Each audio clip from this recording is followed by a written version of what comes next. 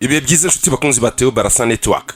Tugiye kubagezaho icyegeranyo twise ibirindiro by'abanyamerika mu Burasirazuba bwo hagati Iran ishobora kurasaho. Muri kumwe na Theo Barasa. Mukore subscribe, mukande kuri like ndetse munasharinge. Nyuma y'uko leta zunze ubumwe za Amerika zigabye ibitero by'indege ku nganda za nucleaire ahitwa Fordo na Tanze na Isfahan muri Iran nayo ikihimura igaba ibitero bya misile ku birindiro by'ingabo za Amerika muri Katari.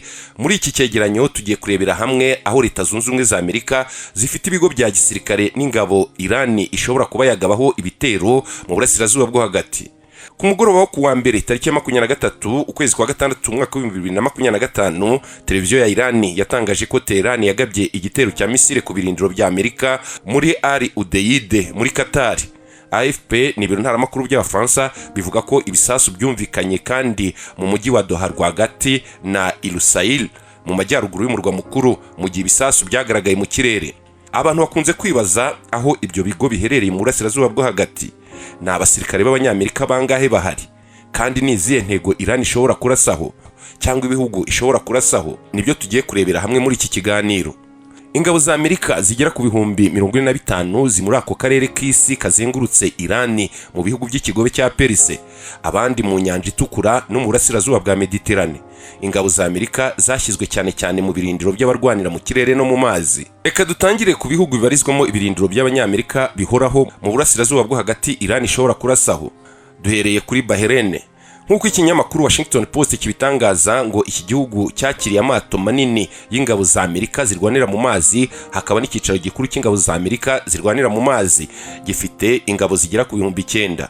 Hari kandi icyambu cy'amazi menshi ya Bahrain gishobora kwakira amato manini ya gisirikare Amerika, amwe ahagurukiraho indege zigiye kugaba ibitero, amato yo guhangana n'ibitero hamwe n'ubwato bufasha ibikoresho.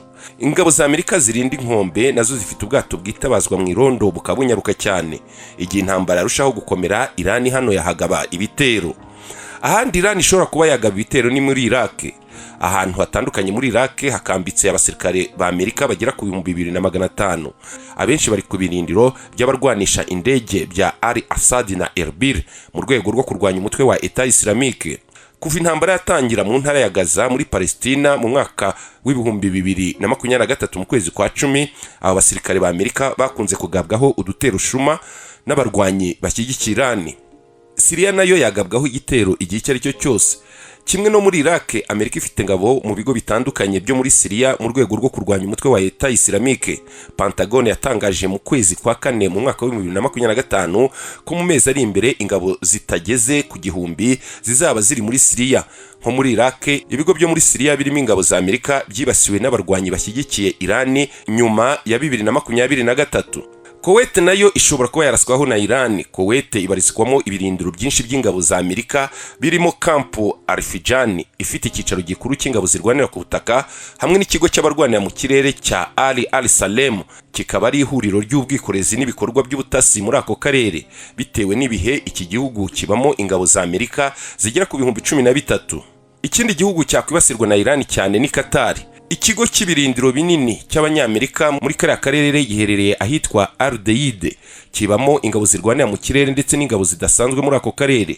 Bivugwa ko ingabo za Amerika zigera ku 10,000 zihari muri iki gihugu. Kuva mu ntangiriro z'ukwezi kwa gatandatu, indege zigaba ibitero zimwe muri iki kigo giherereye mu birometero bitarenze 200 mu majyepfo ya Iran mu rwego rwo kurinda ibikoresho mu gihe Iran yaba ibagabyeho igitero.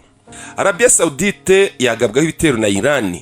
Muri ubu bwami hari ingabo za Amerika zihoraho ziri ku birindiro ku kigo cy'abarwanira mu kirere cya Prince Sultan hamwe no ku kigo cya gisirikare cya Escan Village. Bivuga ko hari ingabo zigera ku 3,000. Igisirikare cya Amerika gifite inshingano zo kurinda ikirere ndetse no gutoza ingabo za Arabia Saudite.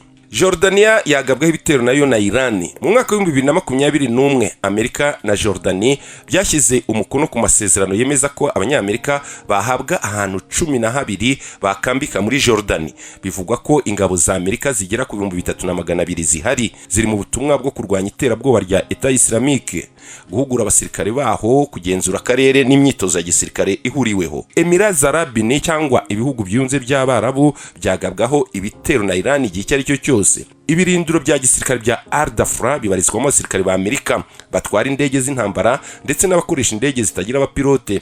Ibi birindiro kandi bifite abatanga inyigisho mu kwirinda ikirere na za misile. Muri Turukiya hari ibigo by'ibirindiro bitatu byakiriye abasirikare ba Amerika bagera ku 1700 mu mwaka wa 2011 kugira ngo bahacishe ibikoresho ndetse no kugenzura kariya karere no mu rwego rwo gushyigikira ibikorwa by'umutekano w'ibinyura mu kirere. Twerekeze no ku gihugu cya Isiraheli. Isiraheli ntigira ibirindiro bihoraho by'abasirikare ba Amerika, ariko ifite ahantu henshi ho kubika intwaro z'abanyamerika hamwe n'ibikoresho bikumira za misile. Itsinda ry'abasirikare babarirwa mu magana b'abanyamerika rirahahora. Nyuma yo kubabwira ibihugu bibarizwamo ibirindiro by'abanyamerika bihoraho mu Burasirazuba bwo hagati, Iran ishobora kurasaho, hari ibindi bihugu byakira by'agateganyo abasirikare ba Amerika. Ibihugu byinshi byo muri kariya karere ntibifite ibirindiro bihoraho bya Amerika, ariko mu masezerano bishobora kwakira by'agateganyo ingabo z'abanyamerika kubabikira ibikoresho cyangwa amato ku byambu byabo. Iki cyiciro kirimo Misiri, Omani, Libani, Chypre, Turkmenistan, Azerbaijan, Armenia na Pakistan.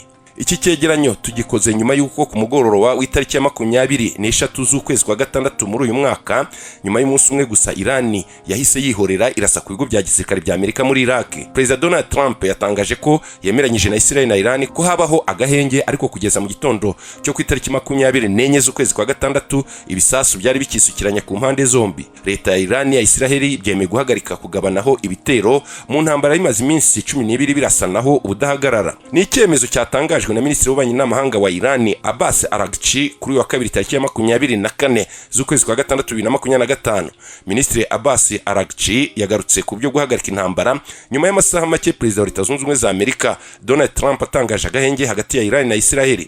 Yavuze ko igihugu cye cyahagaritse kugaba ibitero kuri Israel kuva mu rukerera rwo kuri uyu wa kabiri, asaba ko na Israel yabigenza ityo. Guverinoma ya Israel yatangaje ko yemeye agahenge mu ntambara na Iran katangajwe na Perezida Donald Trump wa Amerika. Mu itangazo Israel yashyize hanze mu gitondo cyo ku wa kabiri, yavuze ko yemeye agahenge kasabwe nyuma yo kugera ku ntego z'ibitero kuri Iran. Iran yavuze ko niyongera gushotorwa nayo nta kabuza izongera ikarasa ibindi bigo bya gisirikare bya Amerika biri mu Burasirazuba bwo hagati. Na nshuti bakunzi ba Theo Barasa Network, dusoreje, mukomeze kugira ibihe byiza. Mukore subscribe, mukande kuri like ndetse munasharinge.